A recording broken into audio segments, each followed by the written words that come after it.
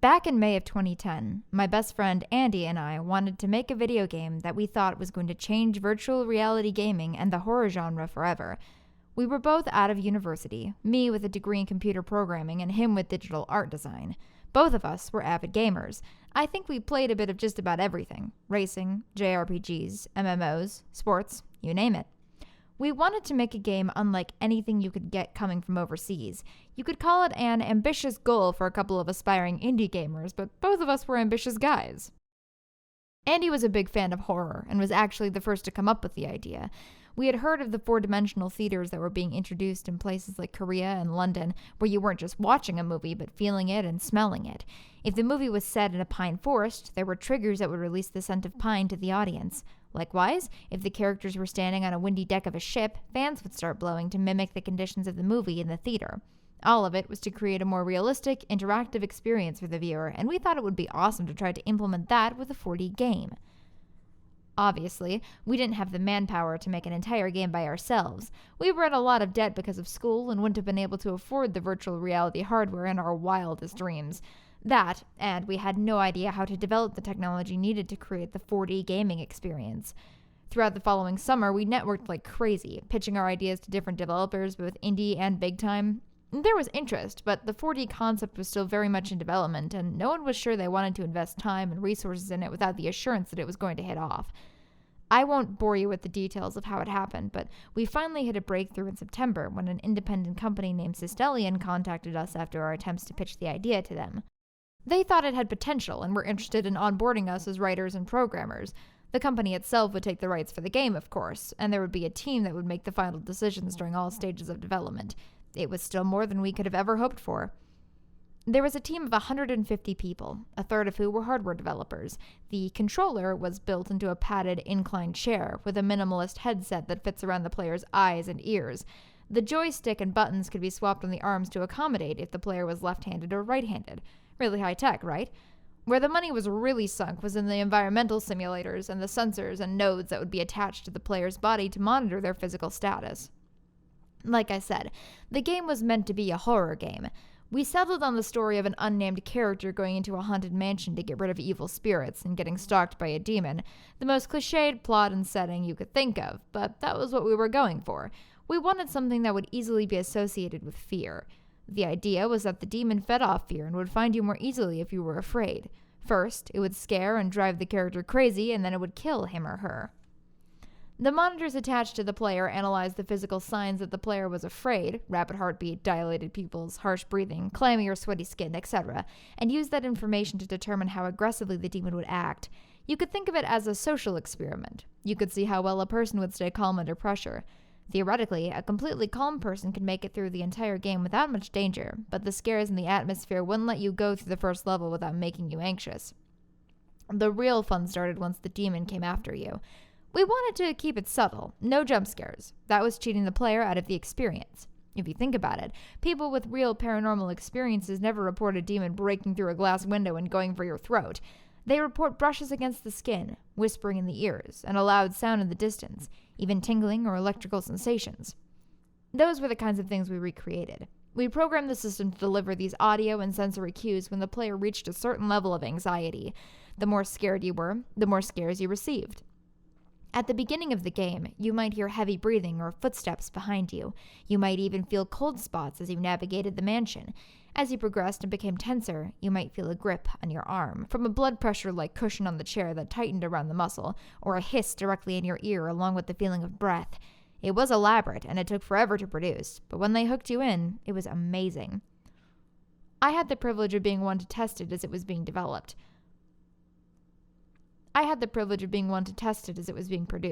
They put me in the chair, turned off all the lights, and would play the game through the headset as well as project the images you were seeing onto a wall so that the team could see it too. The graphics are realistic. They got the rooms of the mansion down to the last detail. About a year and a half after the sensors were developed and implemented into the system, we started looking for beta testers. We started advertising in magazines and message boards for people to come in blind and play the game, giving any criticism or reporting any glitches they experienced. The majority of the feedback we received was positive, and after several revisions, we could safely say that we had a successful project. Of particular note were the reports from the beta testers in which they claimed to get the feeling that someone was in the room with them, or that they were getting tingling or hot-cold sensations in parts of their bodies where the nodes were not attached. The room where the chair and the interface were located was kept clear, aside from the player, as often as possible. The team was separated from the room by a one-way mirror. We would have been able to see if anyone was in the room apart from the player, and in 9 out of 10 cases when this is reported, there was no one. The other 1 out of 10 were when a technician was coming in to check the interface. There were times when we would disable and re-enable certain audio and sensory stimulations to further test which ones gave more stimuli than others. During one playthrough, the player might have the cold spots, and then during the next, those would be disabled. We never told the players which ones were activated and which were not. The strangest cases were when someone playing the game for the first time would report a cue and it was clearly disabled. In one particular case, a middle-aged woman reported her hair getting tugged gently. I can tell you right now, that had not been programmed into the game at that point in time. It was an odd occurrence, but one that could have easily been chalked up to the imagination. Actually, we assumed that most of the cases like this were due to the power of suggestion. We just cautioned the rest of the beta testers not to talk about what they went through so that the people coming in could get as authentic an experience as possible. As tends to happen in these situations, people started spreading rumors. Some of my favorite rumors are the ones that made the Systelien staff out to be cultists who were secretly sacrificing the beta testers to the demon portrayed in the game. I have no idea how that one held up as long as it did, since there were absolutely no reports of injuries on or off-site, and every single one of the testers came out of the building alive. The internet and gossip do strange things to people, I guess. However, rumors like that were starting to give Systelien a bad reputation. We decided it was time to bring in the media to defeat some of these rumors. We hadn't wanted to have reporters before for fear that other gaming companies would try to copy our methods, but now seemed like as good a time as any. We got several offers and wound up taking one from a popular gaming magazine. The reporting team came in and interviewed us about the game and the 40 techniques used. We used the opportunity to show them around the building and debunk the rumors about animal and human sacrifice. It was actually pretty funny. After the interview, the reporting team wanted to try out the game for themselves. They all had good things to say about it, and when the article was published, donations and other requests for interviews began streaming in. Andy and I said we should have let the media come in sooner for all the benefits we were getting. The more we searched Systelien's message boards, the more we started noticing threads crop up about people who claimed they were experiencing the things in the game after they had left Systelien and gone home. They were going through the same supernatural phenomena in their everyday lives as they had in the game. In every claim, they said that they would feel as though someone was getting very, very close to them, looking over their shoulders and breathing down their necks. I guess that was one thing about the demon in the game that we had neglected to mention. It had no sense of personal space. The reports eventually involved both minor and violent poltergeist activity, and people would be going through this for days afterward. The reports helped to spread the word even more, but it didn't help the persisting rumors that the testers were being possessed. The most popular thread where the reports are being archived affectionately called the demon causing these incidences the Systelien demon or the Systelien Specter. I like the Systelien Specter better. There came a day when a young man, only 17 years old, we'll call him John, claimed that he wanted to file a lawsuit against us as he had been scratched during his time playing the game. As I remember it, John had been doing fine up until he had reached the basement of the mansion and then had screamed for us to let him out. The only evidence of the scratches was a set of pictures taken after he had exited the building. The scratches shown in the pictures were deep and red, clearly not something that had been dealt by a human. Maybe by a machine, but an inspection of the chair revealed no sharp parts sticking out. The lawsuit was eventually dropped since there was no way to prove he hadn't scratched himself prior to coming in. It's not like we do a full body examination before sitting our testers down into the chair. It was at this point we decided to stop bringing in random beta testers and test the game ourselves for the last stages of development. I was one of the first to be strapped in. They had added so much stuff to the gameplay and so many more cues that I barely recognized it from the first time I had played. I remember going down the foyer staircase after exploring a series of darkened hallways lit by old Victorian-era lamps, feeling my palms sweat and the hairs on the back of my neck standing on end. The wind outside the mansion had been howling for the last half hour, and it sounded like someone was whistling a funeral march. I paused on the stairs to look at the windows, searching for any weird textures needing to be fixed, when I felt a tingling along my spine on my upper back, like someone was pressing his or her chest against my back. It wasn't just in the game. I could feel the press in reality. I reached up and felt only the chair. The thing that really set me off, though, was the voice that spoke my name in my ear. It was whispered and very clear, no mistaking it for the wind. I spun the camera around, though I knew there would be nothing to see. The demon had always been invisible. Now I knew why some of our testers had joked about feeling violated while playing. I just assumed Andy had played a joke on me, but he swore up and down that he didn't put any coding in the game for the demon to say the player's name. That would have been my department, not his. He just designed skins. Still, I remained convinced that someone was just having fun with me. There wasn't even a place to input your name. Someone must have pre-recorded it. I played through the rest of the area and then headed home to file my report. It was another late night. I'd been pulling the late shift for a couple of weeks as our deadline was drawing closer. We had been having decent weather until about 2 a.m. when the wind picked up and the rain was coming down in buckets. Andy and I had come from the Midwest and were used to bipolar weather. I just worked on and paid it no mind. Until the power went out, anyway. I grabbed my flashlight, feeling all the anxiety from my time in the game returning. This was a different story, though, and I knew that. My house wasn't haunted, and I had never believed in ghosts for my entire life. My brain said it was ridiculous, but my pounding heart told a different story. I couldn't help but feel every draft and hear every creak of the floorboards as I went down to the generator, which, of course, was in the cellar. The wooden steps led me down into the darkness, and I have to admit that by the time I reached the concrete, I was considering just going back upstairs and burrowing myself into my bed. I forced myself to cross the floor to the generator and turn it on. Immediately, the backup lights flickered on, casting a red hue over the dusty shelves and rusty tools in the workbench. So now I got to be in hell, too.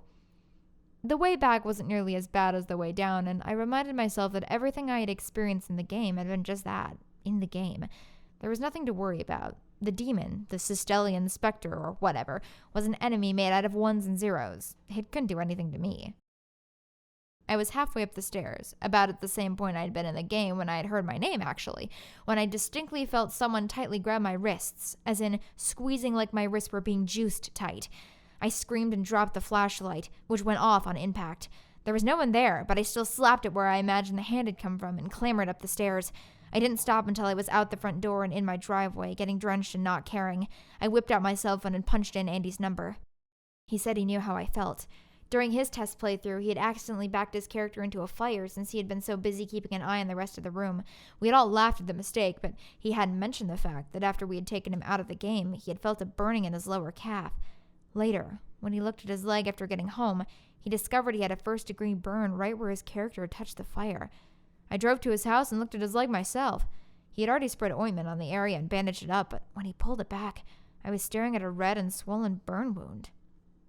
Out of morbid curiosity, I called the other members of our team who had tested the game that day. It was the same story all around. In the game, Jill had stood in front of a window that had shattered and then cut her hands while picking up the jagged pieces of a ceramic vase that had suddenly fallen to the floor.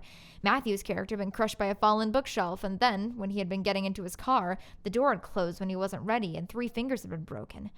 I looked at my wrists again, where dark, purplish bruises were forming. These couldn't be coincidences anymore. I didn't know what was going on, but it wasn't just a game anymore. The next day was a holiday, so everyone at Systelien was off. I invited anyone willing to go back to the game room to try and play through the game one more time. Andy and I had gone through the possibilities. The point of the entire game had been for the character to go into the mansion to exorcise the demon. They could do it by collecting special candles and then lighting them in a circle in the attic of the mansion. After some other steps were done, the demons would be forced out of the house and everything would go back to normal. It had been a crazy night, and at any other time, I thought we would have been crazy for discussing these things. We thought that maybe, by completing the game and by extension the ritual, we could stop whatever the hell was going on. After all, no one, to this day, had ever finished the game from beginning to end. The game was as complete as it was ever going to be. Andy volunteered to play, for which I was grateful. Maybe it was cowardly, but I didn't want to be the one to go in. The room was frigidly cold as we attached the nodes. We threw a blanket over Andy to make sure he didn't freeze. The rest of us, 5 in total, not including Matthew, who had gone to the hospital to treat his hand, gathered behind the one-way glass to watch. It was eerie, watching his progress through the game. I knew all of those corridors so well, having labored over the game files for months. Yet, now everything looked new, now that I was sure that I knew what the game was capable of. I watched Andy's heart rate rise and fall on the monitor. His skin temperature analyzers went haywire as he rounded every corner. As was supposed to happen, he felt the demon close in when his fear spiked. But this time around, its interactions were low-key. almost subdued. I fought against my suspicion that it was just biding its time. The demon was made of ones and zeros. Numbers can't hurt anyone. I thought this even as I rubbed my bruised wrists. It took 4 hours for Andy to make it all the way through. He didn't even take a bathroom break. He just wanted to get this done as much as we did. He crept through the halls, doing his best to keep calm despite the advances of the demon. He collected the 6 candles needed for the ritual and made his way up to the attic. Then, things started happening that were definitely not in the programming. The paintings and potted plants in the game began shaking and flying off the walls, clearly aimed for his character. In the safety of the monitoring room, 2 filing cabinets overturned before sliding across the floor and knocking down 2 staff members. Wires attached to the wall disconnected and sprayed sparks around the room. Grabbing a fire extinguisher, I prepared to extinguish any flames that cropped up. Andy had placed the candles on the floor of the attic and was using an old lighter to light them. He was able to get the 4th candle lit before he suddenly bucked in his chair, screaming for us to stop the game. When we rushed in, I saw his hands flailing as though he was trying to tear off the nodes and sensors glued to his body. Maybe that was part of it, but when I got a closer look, I realized he was fighting with something invisible that was holding him down on the chair. His shirt and face had been slashed, and blood dribbled from the wounds. I was afraid I was going to break his arm since I was pulling so hard to get him off the chair. Finally, we got him free and out of the room, slamming the door behind us. Andy's character had already died, and the game over screen mocked us as we scrambled to call an ambulance. I didn't sleep for the rest of the day and the following night as I waited in the hospital. Andy's wounds were worse than we thought. There was a massive amount of internal bleeding that we hadn't known about. The doctors tried to stem the blood loss with transfusions, but their efforts were for nothing. Andy passed away early in the morning. A week later, I saw a news special about the death and its connection to the game and Systelien. I couldn't blame whoever had blabbed. The police blamed Andy's death on the system malfunctioning, as if that could explain the scratches and the internal trauma. Our supervisors didn't care. They ordered the project to be shut down, and I was grateful. I never wanted to see that game again. The only way I was ever going back to the Systelien building was if the room was demolished and the chair dismantled. Though, to be honest, I wouldn't have been surprised if anyone who tried to take it apart was attacked as well. I left the company when the announcement was made that the game would be discontinued. People on the forums expressed everything from disappointment to relief. The game was over. For weeks, I couldn't stop glancing over my shoulder. I moved away from the town and the memories I had of Andy. My coworkers held a farewell party for me, despite the fact that they probably had the right to blame me for everything. They said that I'd helped make a game that would never be forgotten by anyone who played it. That was all well and good, but I was desperate to forget and spend the rest of my life trying to do so. I was always keeping 2 eyes on the shadows and jumping at every little creak. There was this little fear that I would hear my name whispered in my ear again, which would mean that whatever I'd created had followed me, and I never wanted to think about that possibility. The only thing I could do was try to sleep and ignore the times when I felt an invisible, clammy hand stroke my face.